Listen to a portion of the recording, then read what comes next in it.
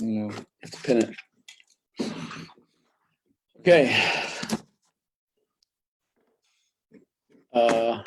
Here, just click it. Yeah, you got to post it and then hold it, and then it'll ask you if you want to pin it, pin comment. Okay. Let's see. You want it in front of you? Oh, hang on a second. Exit full screen. Where's Alicia? Join. Participants too. Here, admit. Okay, great, good.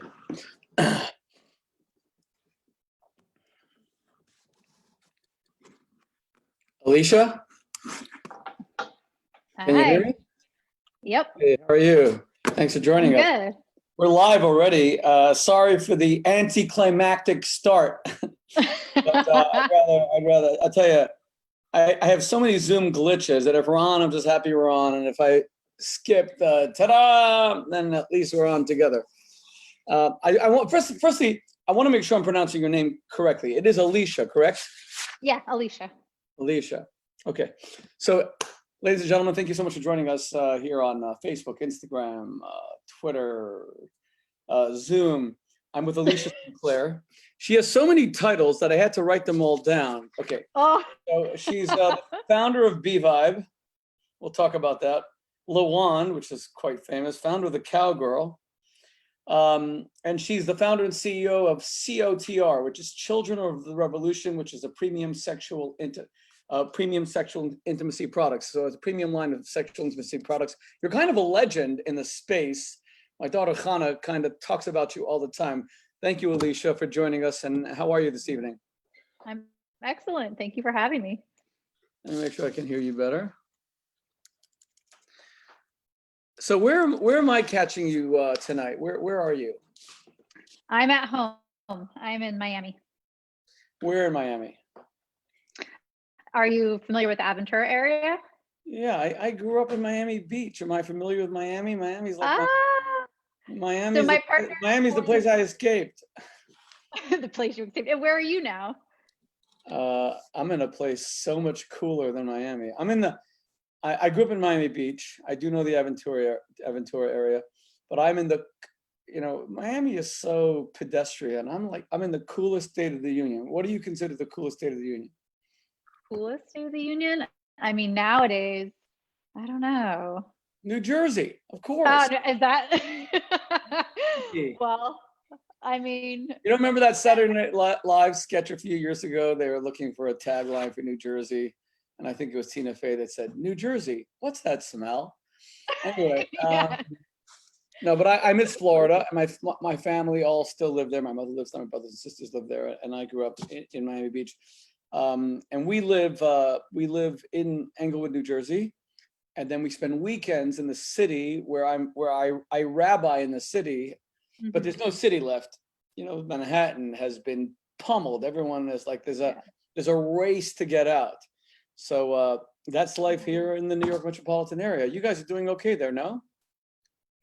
Now it's stabilized, but our company is actually based in New York. So our warehouse is in the Bronx. Many of our team members live in New York. Yeah, so I was there pretty frequently until March. So it's been it's been interesting for the folks that work for us, to juggle the dynamic of trying to get folks into a distribution center to process orders, and as I'm sure you can imagine. So I bike into the city a lot, and I'd say by bicycle. And I just, as you can see, I look like I just rode from the city, quite literally. At night in the dark, I just rode in from Manhattan.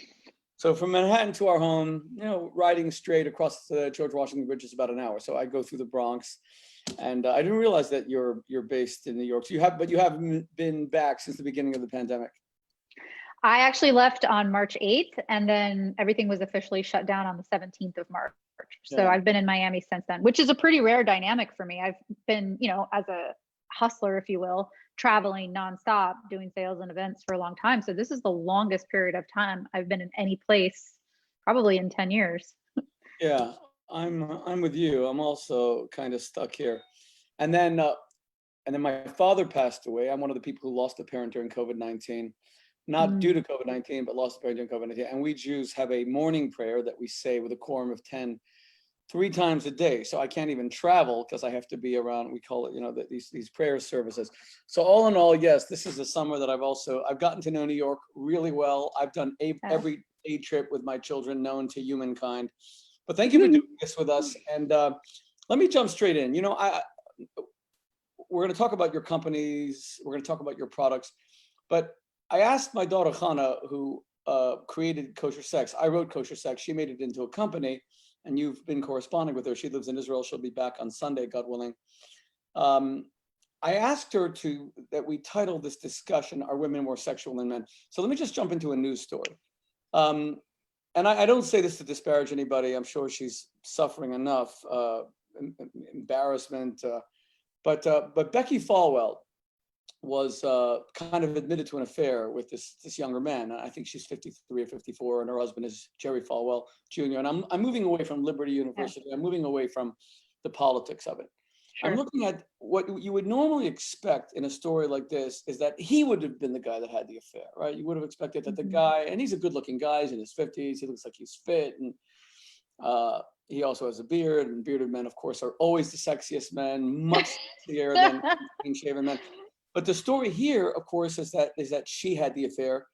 I'm not making any allegations. I'm going by her own confession. And again, I'm not here to judge her, and I'm not here to cause her pain. I rather want to focus on a totally different idea, which is women really are so much more sexual than men. And we have denied female sexuality for millennia, for centuries, up until not just the modern era, but really up until just a few decades ago.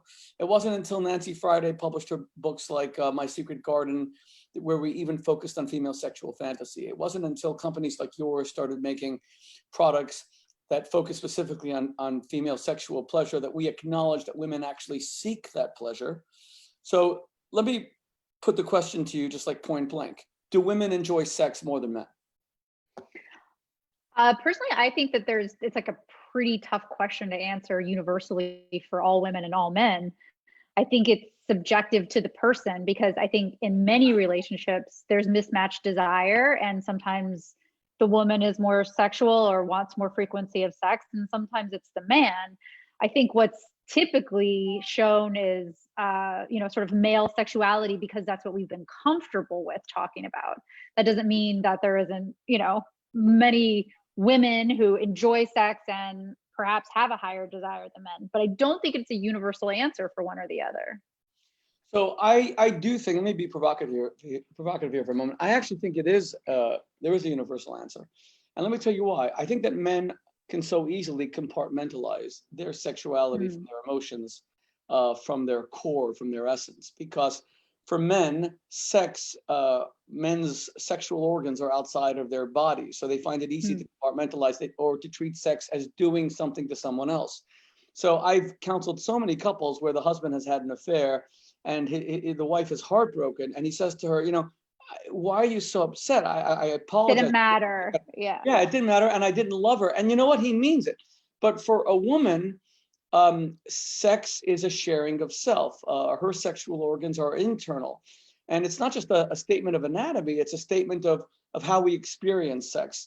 And because I think for women, sex is more emotive, because I think it's more deeply ingrained into psychologically, spiritually, emotionally. I think it's almost rocket fueled as a result. It's so much more, it has a far stronger motivation. The compartmentalization actually leads to, I think, a certain monotony and predictability in sex. Look at male pornography, just how stupid it is, just how pedestrian it is, how it's always the same kind of thing. Yeah. 4 or 5 different positions, not that I would know, but this is what my or storylines, So I hear. Mom, the pizza guy. Yeah, right. Yeah. So I do feel that you can kind of universalize and say that women are more sexual than men. In fact, Kosher Sex, the book that I wrote, Kosher Sex really is a much more feminine sex. It's about being more sensual than sexual. It's about being erotic more than physical. It's about being intimate rather than just being material. And all those things I think are generally more associated with feminine sexuality. On that answer, I would agree with you. If you're relating sexuality to deeper intimacy or connection, I would say that's 100% true, because I think if you look at the way that men and women get excited about sex, men, if they are often compared to, say, like a microwave, right? Like boom, fast to do it, where a woman would be very oftentimes considered an oven, right? It takes a while to warm up. There's a lot of romance. And if you're in a fight with your partner or angry at them, it's very hard to experience an orgasm or even want to have sex with them. And that's not true per se the other way around. I feel like men can be pretty easily convinced to have sex almost at any point in time, whereas women are, sex is a deeper thing for them, and it isn't just about a physical achievement. Right. Like in my lectures on kosher sex, I always speak about how, a husband can come to his wife and say, how about some sex tonight, honey? And she might say, not tonight, I have a headache. And yet a man can have an axe lodged in and he's still ready to go. But that's the misconception. I actually think that these are old stereotypes, and they may be funny, but I think they've been repudiated. I no longer think that they're accurate.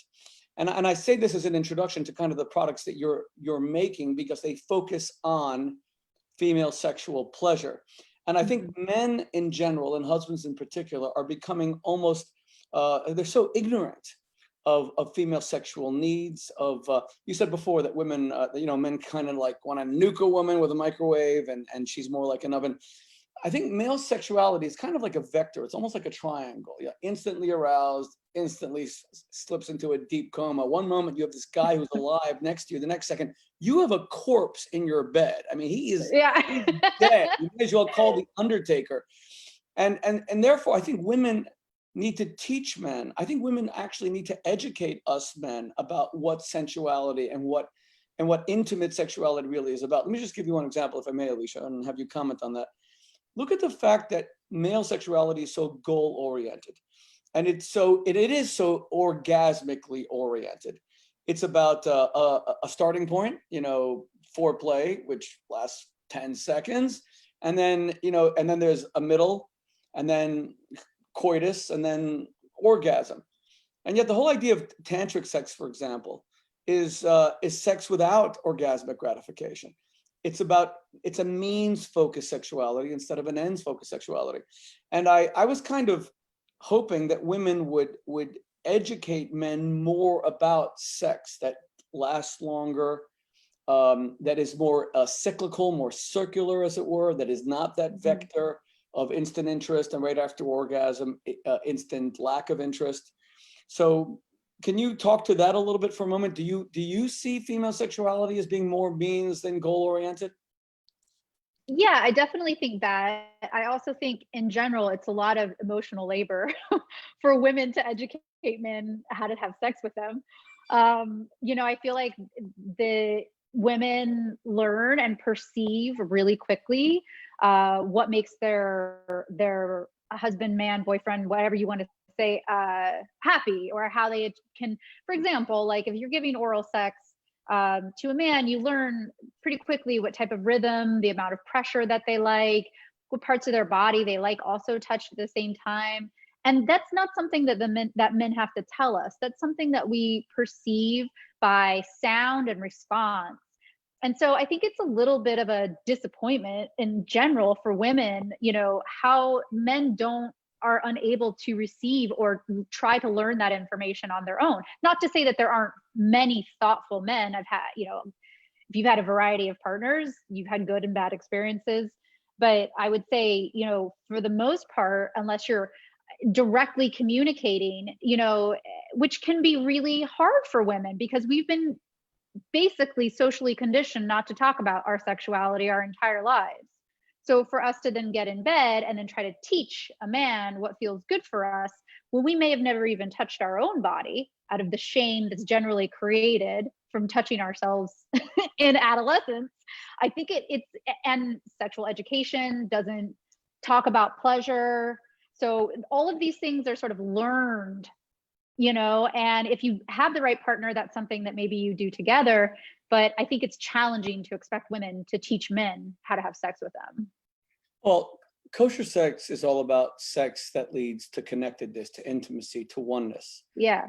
From what you're saying, if I may challenge you, Alicia, for a moment, if it is the case that women feel disappointed that they need to educate men about their bodies, about their own sexual pleasure, about how to make them climax, and that men don't understand this intuitively, are your products then a replacement for men?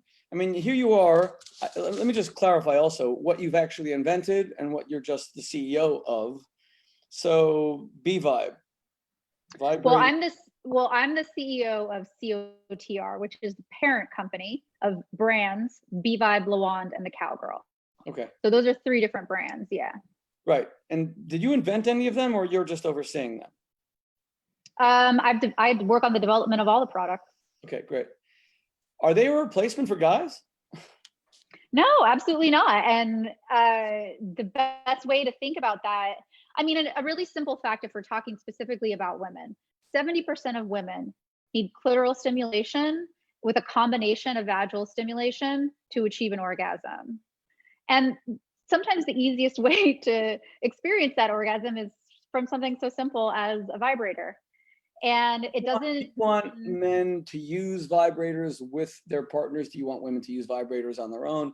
Because you see, you know that masturbation has all these taboos in religion. Let's move away from the silly taboos that you're gonna go blind and you're gonna have sure giant corns of hair going out of your ears. Even though I have seen that happen, and it's all true, by the way. It's all true. That was a joke, by the way. God, I didn't get a laugh from you on that. She's thinking, oh my God. I was like trying to process.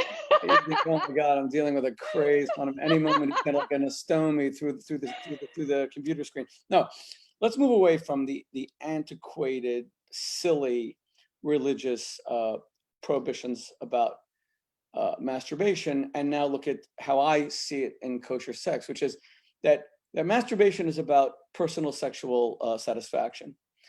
And it can wean you off needing your partner, or, I'm a rabbi, so I would say your spouse, giving you that satisfaction. In other words, a husband should know how to make his wife climax, how to bring her to climax.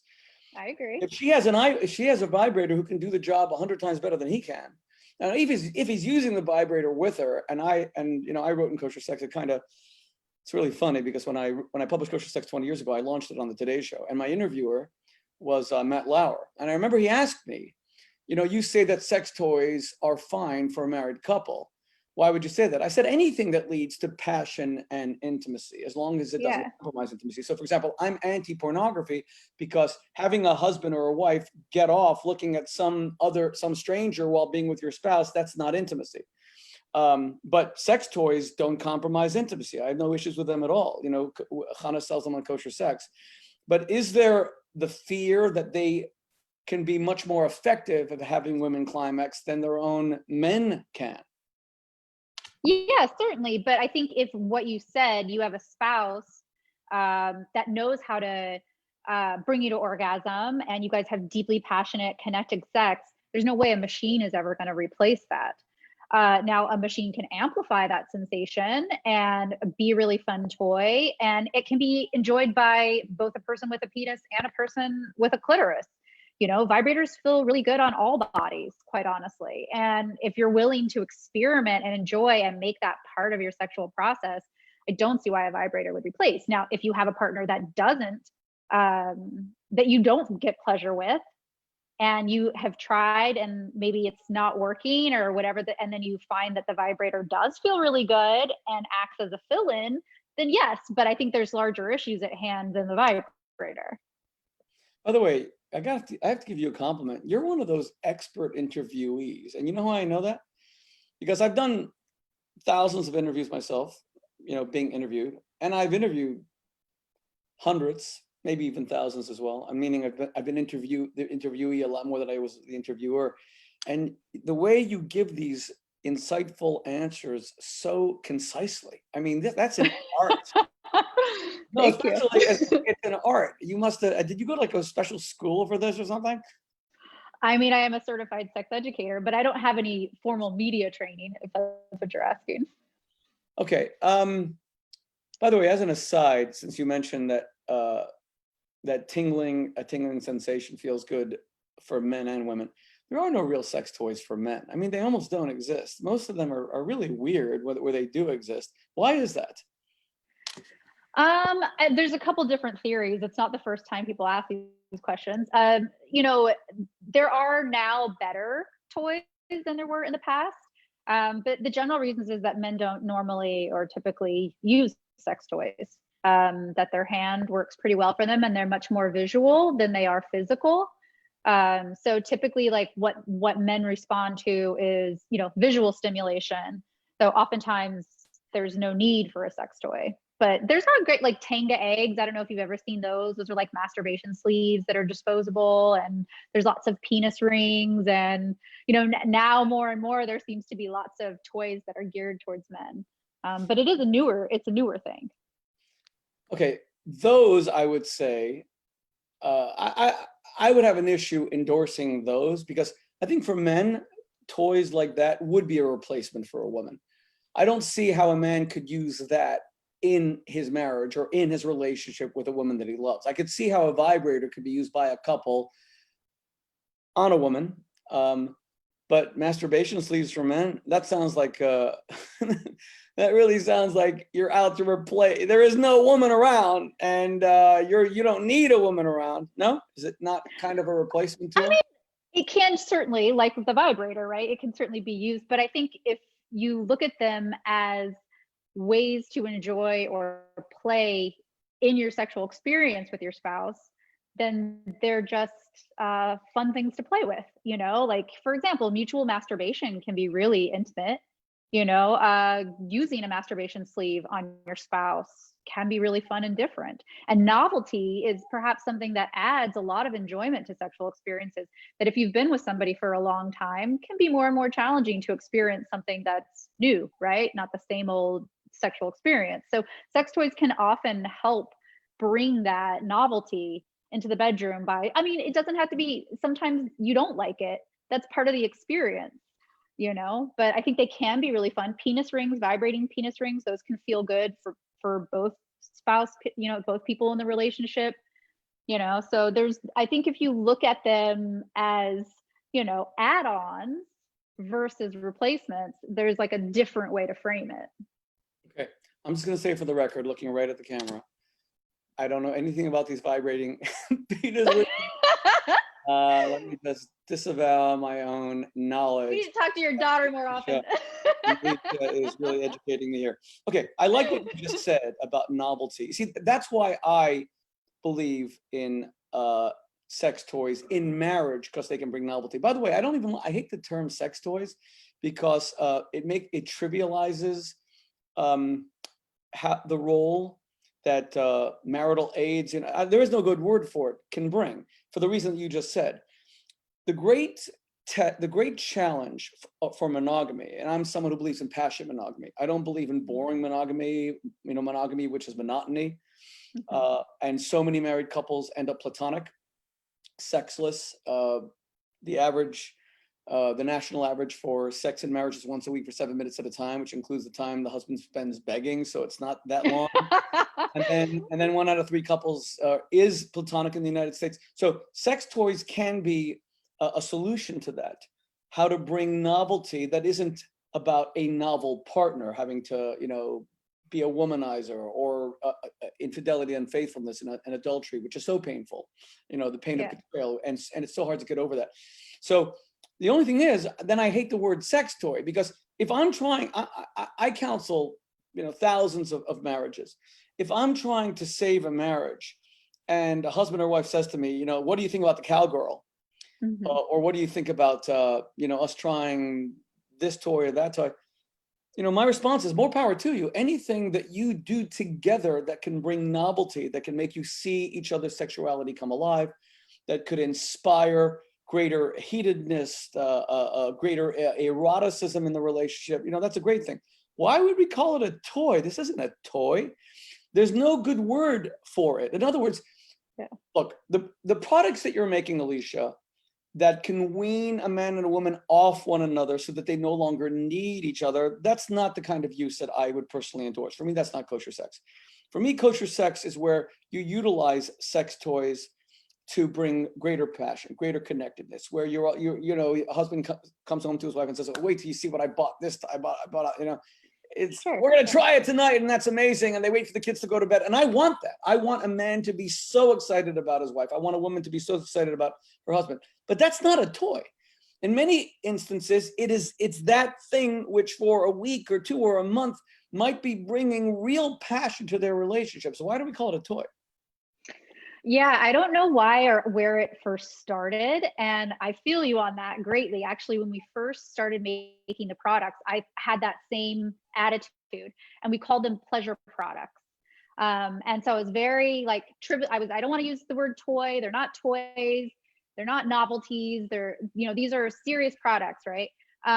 But number one, what we found is, if you care about SEO, and I don't know if you know anything about that, but when people go and search for products, they search for sex toys. So it's really disadvantageous to call them anything else from a manufacturer perspective. But Are you the sure other that thing people is don't that search for marital aid enhancers? I think they do. some people search for marital aid. I think that's the number one Google search item in the world right now, marital aid enhancer. Marital aid, which I don't know, to me sounds really boring. That was another joke. Okay, my humor is really. Was it marital maids or? Okay. But what I was going to say to you is, what someone said to me once that really changed my mind, which is that toys are fun, and toys are things that when you give them to children, they get really excited to play with them, and they bring a lot of happiness into their life. So again, if we reframe the way we think about sex toys, and we say, these are things that are really fun. They bring a lot of joy. They bring a lot of happiness. They make us feel good. Maybe it's not so bad, maybe they really are. True, but it's not a toy because it's actually something. It's actually something quite serious. Not serious as in not fun, but serious as something that could be kind of vital, kind of important, kind of central. And not just a toy, because toys, of course, are, when you speak about boys and their toys, they're things that are usually extraneous and things that people can live without. But let me just come back to the original topic that we wanted to talk about: are women more sexual than men, and related to sex toys, or because if you lack, and I will come up one of these days. I said to my daughter Hannah, I'm going to come up with the perfect description of what these are. But let me come back to the question of are women more sexual than men? From my perspective, novelty is needed by both genders in marriage, in sex, to be exciting. Novelty is always important. And the way men find novelty, unfortunately, is through what I call horizontal novelty. They like new body parts. That's why men are porn addicts, because the addiction of porn comes specifically from the fact that the erotic interest in just one image is not that high. So they need a stronger hit and a stronger hit. So first they need one or two images. Playboy was put out of business because they have one Playmate a month. That ain't going to work these days. You have to click one picture and see 10,000 other pictures that suddenly pop up, or so my friends tell me. Again, so the novelty comes horizontally. I think women have this unique capacity for vertical renewal, not horizontal. They can go more deeply into a relationship. They can experience deeper erotic connection, deeper erotic insights. And a man sometimes gets to see that with his wife when she uses, I don't know, the cowgirl or LaWand, or this woman who you thought was the mother of your children, so respectable, so conservative sexually, so, I don't know, so vanilla. And suddenly is like out of control, doing stuff that you never believed that she would do. You are now seeing, getting back to novelty, a totally new dimension of her sexual personality, which can help you be even more attracted because you had no idea she was like that. By the way, I've written a bunch of books on infidelity. I wrote Kosher Adultery. I wrote that. And because what's so interesting about unfaithfulness is how obsessed the world is with unfaithfulness. The most written about subject in all the world's great novels is not the faithful wife; it's the unfaithful wife. It's it's Anna Karenina, it's Lady Chatterley, it's Tess, it's Madame Bovary. The only faithful wife we read about in world literature is like Lady Macbeth, and who wants to be married to her? So it's just, and the reason why men are obsessed with the unfaithful wife is because she's so much more adventurous. She's a risk taker. Now, how do we get to see that in marriage without unfaithfulness, which is so painful? I've got to turn that thing off. God, sorry, I've got an iPad going crazy here. We see that often through the use of products like the ones that you're selling. When a woman, a wife, is prepared to use them, be experimented on with them, when the man or the husband probably thought, oh, my wife is never going to be into this. There's no way she's going to be, I'm so much more sexual. I'm so much more adventurous. I'm the adventurous one. And then we discover, you know what? Male sexuality is actually quite limited. It's a little bit boring. And female sexuality is so much more interesting. That's why I don't think it's a toy. That's a great point. I agree. I mean, it's a magical tool, if you will. It brings out pieces of us that generally, I think, as women, we keep hidden. And I was raised Mormon, so I understand the capacity that, you have to be a very certain person to the world, and inside you might hold a different, a desire that you don't ever really get to talk about or experience. And I think in a lot of traditional marriages, I don't know that many women feel comfortable expressing that unless, there's a good communication between both people. I think women in general are, as I said, socially conditioned pretty early on to have an angel in the bedroom type mentality, and they don't feel that they can explore their own sexuality. Right. Well, that's the whole Madonna whore thing. I'm sure now in this age of, I'm sure there must be a new name for that, where you have to, half of you has to be this angelic wife, the perfect mother, very Victorian. But the husband wants you to be the exact opposite in the bedroom. And that kind of dichotomy, it breeds sexual psychosis. Because it means you're almost two different people. What we need is far greater sexual integration. To be honest, that's one of the main reasons I wrote Kosher Sex in the first place. You say that you're Mormon. So I was a rabbi at Oxford University, and the grandson of the prophet of the Mormon church was one of my close student friends, going back 28, 29 years ago. Then raised Mormon. I just want to flag. Right. You were raised Mormon. Yeah, right. Raised Mormon. So you were raised Mormon, and I'm very familiar with Mormon attitudes, both towards family, which are amazing. They raise beautiful families, and also Mormon attitudes towards sex, and Mormon attitudes towards sex, and having your bishop ask you about very intimate things like masturbation, etc., for a temple recommend, etc. It does kind of reflect traditional Christian sexual mores, because you see, one of the differences between we in the Jewish community and our Christian brothers and sisters, including the Mormon faith and the Mormon church, is insistent that it is a Christian denomination. Remember, it's the Jesus Christ of Latter-day Saints. Yes. One of the differences is that Christianity is very much a dualistic religion. It's kind of based on Zoroastrianism, this idea of light and darkness, God and Lucifer, heaven and hell, good and evil, etc. Because of that, the body and the soul, there's this deep dichotomy. The soul has to be nourished, but the body, and the greatest expression of the body, of course, is sex, this carnal indulgence. Right. It for procreation, sure, great. It brings down a soul. But for the rest of it, anti-contraception, et cetera, et cetera. Right. But for us Jews, the purpose of sex was never contraception. The Bible is actually very clear in Genesis chapter 2, verse 24. Therefore shall a man leave his father and leave his mother. He shall cleave unto his wife, and they shall become one flesh. So what's the purpose of sex? He shall cleave unto his wife. Purpose of sex is intimacy. And you can't be intimate, you can't feel connected when you have really bad sex. When you have horrible, boring sex, it's not erotic, not passionate, and it absolutely sucks, you're not going to feel connected, because the essence of connectedness is desire. And I believe that desire is the single most important ingredient in any marriage, to truly desire one another. That's why when I wrote Kosher Lust, and I'd love for you to comment on this as well, because you're kind of creating lust products, as it were, Again, Lawan, the cowgirl, B5, I don't know as well. Or maybe. But never too late to find out. At Children of the Revolution, again, your premium sexual intimacy products. I know the names of so many of these, but I want to make sure that we get the name of your company as well. COTR. How do you pronounce it? COTR? No. Many people do, actually. It's an acronym, and to be honest, we've always highly promoted the brands and very, very seldom promote the company.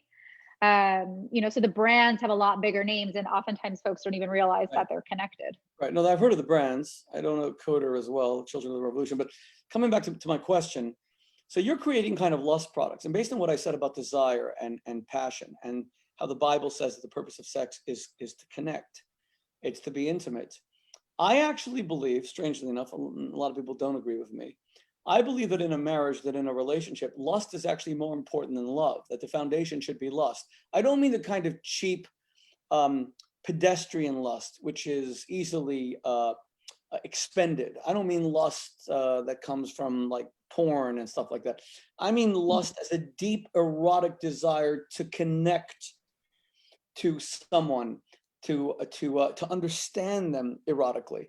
I'm talking about the kind of lust that results from mystery, that results from sinfulness, that results from unavailability, true lust. And if you look at the 10th commandment, the commandment is, thou shalt not covet thy neighbor's wife, which means by direct implication, you should be lusting after your own wife. Yeah. So for us in the Jewish community, covetousness is not one of the 7 deadly sins. In fact, it's a marital obligation. Are you creating lust products?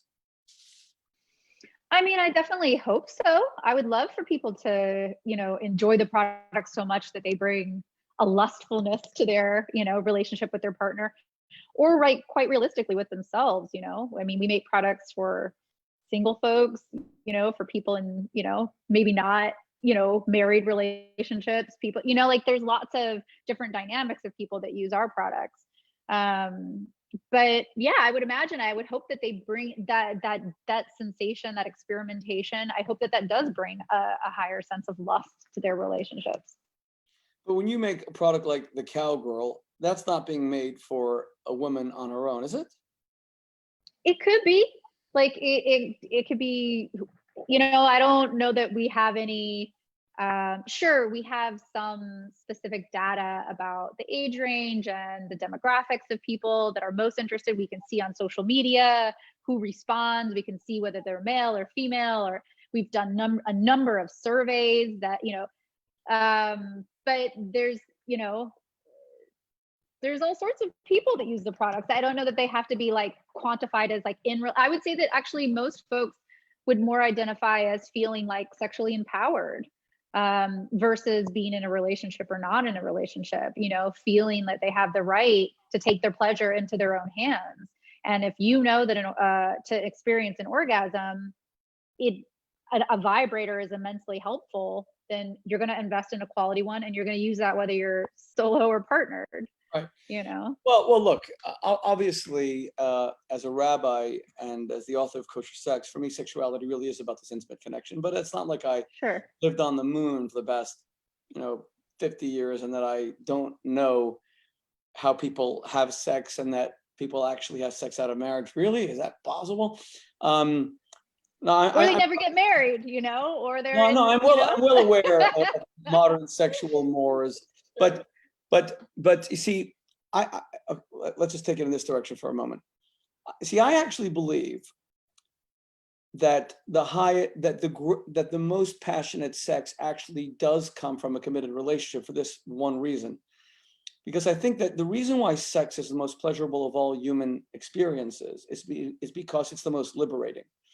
What is it that America stands for? Freedom. Everything is freedom, liberty. We just saw the Republican convention, the Democratic convention. Every single word is freedom, liberty, and liberty, freedom.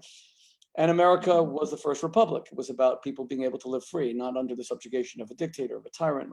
And 50% of the world today lives without freedom. Russia or China or any of these countries where they don't have one-party states, etc. But moving it to the field of human relationships, sex is the most liberal. We put ourselves on autopilot. We allow kind of that beast within to roam free. All the things that you spoke about that we usually have to suppress because we're ashamed or we were guilted, or all of that comes out.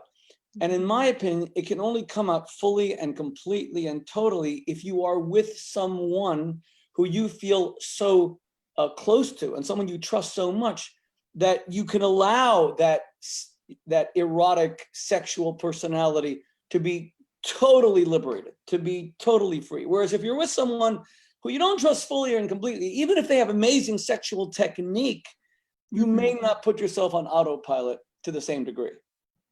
Yeah, I agree with you. That connection with another human being, that amplification of desire and connection, it definitely makes for a stronger orgasm, and for a deepening within yourself, Okay, you said it better than me. Okay, let me ask you, Alicia, you've been a great guest. Let me ask you, as we kind of wind down, let me ask you a question now. As someone who's an expert in products, I had mentioned before, so many of the sexual products are designed for sexual climax, for orgasm. Vibrators are designed to have an orgasm. Some of the stuff you said that are the new sexual toys for men are designed to have an orgasm. But I kind of see that as part of the problem, that we're making sex so linear. We're making sex, we're focusing so much on this objective. Now, I'm well aware of the statistics that show that kind of in marital sex, the ratio of male to female orgasm is like 1:8. That's not acceptable. And of course, we husbands, we men have to focus on our wives' sexual pleasure. By the way, in the Jewish religion, a man isn't allowed to orgasm before his wife orgasms. Like the craziest law that people don't even know, but true. Finally. Yeah. I believe that one. So, not that any man ever kept, by the way. We never said that anyone did it. We just said that's the law. Right. Okay. That was also a joke. Fair Okay. point. Fair point. But can't as my daughter Kana, who loves your products and sells them on Kosher Sex, and as she tries to find products that fit into my overall sexual philosophy of Kosher Sex, intimacy, oneness, connectedness, can't we create sex toys, sexual products that are not just orgasmically focused, that are more connection focused? Take I don't know, here's an example. We met, my daughter and I met the two women who run Dame. And they have something called, what's it called? The fin, the thing that fin has another name. Anyway, but the point is, it's something that a woman wears when she's with her man. And it's not about her having an orgasm or him having an orgasm. It's about greater stimulation while they're together. I don't see that the area of sexual products is headed in that direction. And I kind of think it should head more in that direction. Maybe the cowgirl is kind of there a little bit more, because for a married couple, it could be about, it's not just about an orgasm, it's about doing something kind of a little bit crazy and wild to bring out a deeper erotic dimension. But can't the field of sexual products, companies like yours, can't there be more products that do focus more on connectedness, intimacy, and that are not just orgasmic? Because the problem with orgasm is, again, it makes sex very linear. Very often you lose interest in sex right after an orgasm. Very often you feel that you've now accomplished your objective in sex and time to go to bed. Sure. Well, I would say that that's about, I like to use this word a lot, reframing how we think about sex toys, because I think that, foreplay can really be a wonderful wand vibrator running up and down somebody's body and be put to the side when you want to have sex with your partner. That can be part of the foreplay. I think a lot of products that we label as fetish or BDSM, like feather ticklers or satin ties or little blindfolds, all these things that are fun ways to bring, there's 4 stages of arousal in your body, right? Like, and for a woman specifically, it takes 20 minutes to do what's called vaginal tenting, which is where the cervix actually like makes more space for the penis. And it actually makes sex more comfortable, along with all the other things like engorging of genitals. The clitoris is made of erectile tissue, just like the penis. It gets hard. It experiences greater orgasm once it's hard. So all those things, it takes a long time to get there. So if you're playing with things, like I said, if you're tickling somebody, if you're rubbing a vibrator, say on like nipples or down their neck or their inner thighs, I think the way we think is like, this product has to go directly to the most highly sensation part of the body, and it gets to be used until we experience orgasm. And that, I think, is the real mistake about the way that we have, I don't know if the way that its products have been marketed, it's the way that they've been shown in pornography, it's the way that people have been trained to think about them. But I think that all of the products can be used as foreplay, and then you can have sex. And that's a very different way to think about products. And I do think that there are things like massage candles, massage oils, bubble baths, things that we don't traditionally think of as foreplay items, but these are things that prime and prep, and if you will, set the scene for better experience. Okay, so you're saying it's not about creating new products, it's about utilizing the existing products for greater intimacy. Fair enough, I agree. I still create think, a better story. Create a better story. Like if you're writing a play. I still think there has to be a bit more thought that placed by the industry on products that are specifically about greater connectedness. Just something to think about. I could be wrong. Yeah, I could be wrong, but since I've never been wrong to date, it probably sticks. Mathematically speaking, I'm probably not wrong. Well, right. I'll say one thing about our about the sex toy industry is that we were all about supply and demand, and nobody's ashamed to make anything. So Right. if there's a want or a need out there, people are definitely interested in making it. But I don't know, like, I would love an example of what a toy that, like, what does it mean when you say a product that creates connectivity? Is it something that's remote controlled? Is it? No. Well, look, I wish, my daughter is in Israel, so she's 7 hours ahead of us, so she couldn't join us on this call. But we should do a part 2 where she does join us, because she will tell you about things that she's working on in response to something that I was pushing for this. How do we find products that kind of do focus a bit more on that kind of connectedness?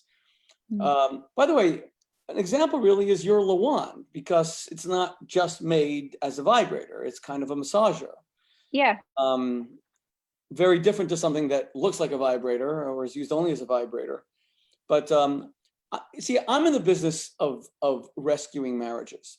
And it's just that I know that you rescue marriages through couples having a great erotic sex life. And that if things don't work well in the bedroom, they're not going to work well in the living room either. And the whole thing about people being best friends right now instead of lovers, I think that's one of the things that created this very high divorce rate. Of course you should be best friends. Of course there should be great trust and communication and all those things that we value in a relationship. But if you cease being lovers, if you stop having sex, that is a functional termination of the marriage itself, because you're not dorm mates and you're not just best friends, you're lovers, and we have to be excited about each other's bodies, et cetera, et cetera. And sex toys are not a panacea. They're not going to solve every problem of lack of desire, obviously, because our principal sexual organ, of course, is in our mind. And brain, But it's something that can be used in that regard to create a desire. And I'm just wondering what products. Anyway, it would be great to have Hanan to discuss this. Let me just conclude by talking a little bit about you. So you grew up Mormon where, please? My dad was in the Air Force, so I grew up Mormon all over the place. That's interesting, because I knew a Mormon general in the Air Force, and I knew his kids, and he was actually a very high-ranking Air Force general. Nice guy, very special man. When I was the rabbi at Oxford University, he gave a lecture for me. Where was your father? Like everywhere? So I'm talking. Where were we stationed? Yeah, you're an Air Force brat.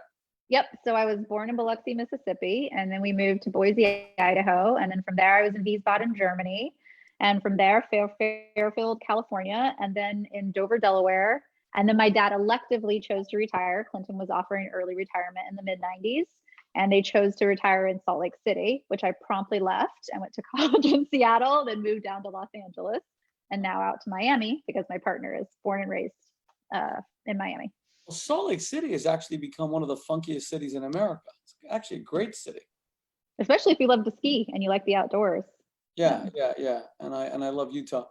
Are your parents, if you don't mind me asking, are your parents scandalized by what you're doing?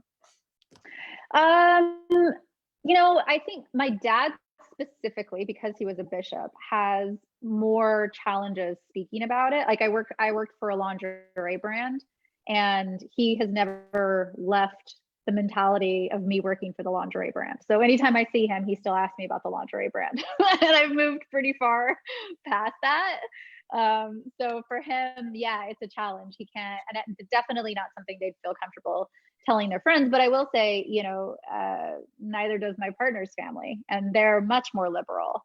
They're Jewish, actually, much more liberal than my family. And his mom doesn't feel comfortable telling her friends what I do. So I'd say in general, most people have some level of discomfort. Well, my Kosher Sex book actually made a big impact in the Mormon community. And Mormons actually emphasize very strong, sexual marriages, that sex should be strong. But anyway, be that as it may. So if you don't mind me asking, and you can steer away from any of the personal questions, it's just interesting to find out more about you. Has it led to any tension between you and your parents, or not really? You just compartmentalize it. You kind of like put what you do aside. I mean, I guess any child wants their parent to be proud of them. And I guess any parent technically has an idea of what their child is going to be. And I'm so far from that. I just did not fit that mold. I was at 14, I was out of there as soon as I realized what the celestial kingdom was, and what it meant for me to go to heaven. And so I was so far out of there that I rebelled quite the opposite way. But, I think at the same time, they recognize that I'm successful, that I have a job that I enjoy. I work with a lot of really great people, so I think it's easy to get confused by the industry that we work in, and just like your daughter, incredibly intelligent, well-spoken, awesome person who's, there's lots of great people in this business. So I think, yeah, does it create tension? Sure, it creates tension. Do I care? Not so much anymore. Look, I'm a rabbi. When my daughter started Kosher Sex, so people ask me about it. And obviously, it's a book that I had written. I wrote Kosher Sex plus the Kosher Sutra, Kosher Adultery. And Chana and I are writing a book together now, actually, on Kosher Sex. But I specifically published an article that was widely disseminated, widely circulated, widely republished. It was published, I think, in the Jerusalem Post, saying how proud I was of her, because I think that her desire really is to empower women sexually within the framework of a committed relationship. Look, we can't continue to have a world dominated by Me Too stories. We can't have a world where men don't know how to respect women. We can't have a world where women don't know how to respect themselves. We also can't have a world where sex is degraded, dehumanized, corrupted. For us in the Jewish community, sex is sacred. There's a great sacredness to it. And as I said, in marriage, you're supposed to have the greatest sex. But men respecting women, I saw Chana and I see Chana as educating a whole generation of millennials in these ideas in her unique way. She doesn't do it my way. She does it her unique way. And I'm actually very proud of her. So, when I wrote Kosher Sex, like a lot of in the religious community, many people were scandalized. What's a rabbi doing writing about sex? And I said to them, do you know how stupid that idea is? Do you want people to learn about sex from Hugh Hefner, who objectifies women and slaps them on the cover of a magazine for money? Do you want them to learn about sex from, I don't know, Larry Flint? Where do you want them to learn it from? The Bible is very open about sex. Our Mishnah, our Talmud, the oral Jewish tradition, is very open about sex. There is a sacredness to sexuality. So in any event, I understand where you're coming from. Alicia, I want to thank you very much for being on with us. Is there anything that you want to mention specifically that I left out? No, but I'm fascinated to read. I think I need to where can I buy your books? I'm like, I want to know more about kosher sex. It sounds really interesting. Well, how about this? How about if you and I do a trade? You're gonna send me some of these products that there is no way I can order on my own, because I can just imagine like the UPS guy. It's a plain cardboard box. You No, would never, it just says COTR on it. No, I'm kidding. I'm kidding. If I order them, if I can get, but why would I order them if I tell my daughter for Hannah's company, kosher.sex, I always say to her, Hannah, your dad gets the friends and family discount. And she goes, Tati, I don't want to hear about it. I don't want to hear about it. But yes, we can We'll do a trade. trade. I love it. We'll do a trade. Yeah, good deal. I'll find out how I can send you some of my books, and I'll choose your most provocative products. Sounds like fun. Have you got stuff in the pipeline? Yeah, always. We always have, this is the nature of manufacturing. You always have to have something new or something updated or something fresh for folks. Okay, well, let's continue the conversation. Fascinating. And Alicia, you're an extremely articulate spokesperson for your commitment to making sex something that isn't something that's abused. And, that's the main thing that we need to focus on right now, is making sex something beautiful. Again, for me, that's sex in marriage. I freely admit it's sex that's committed. It's about passionate monogamy. I do understand that not everyone agrees with me, but what we do agree on is that sex should be something that is beautiful and not painful. And Absolutely. And before the COVID-19 pandemic, the biggest scandal in the world was everything that happened with Me Too, and we have to really educate ourselves and move to a much higher ground. So thank you very much. Thank you. How do people find your products? bvibe.com, lawanmassager.com, and ridethecowgirl.com. Ridethecowgirl.com. I don't think I'm ever going to live that one down on my Ride the Cowgirl. I love it. What's going to happen when I run for public office? Oh my God. Okay. Alicia, thank you very much. God bless you. Give your Mormon parents my warm regards. Tell them that I actually have a very close relationship with the Mormon Church, that I've actually had a private audience with President Hinckley, if you remember him. And I've visited Utah tons of times, spoken to many Mormon groups. I actually respect the church very much, and we'll see where it all goes. Okay, God bless you, and thank you very much. Take care. Okay, bye-bye.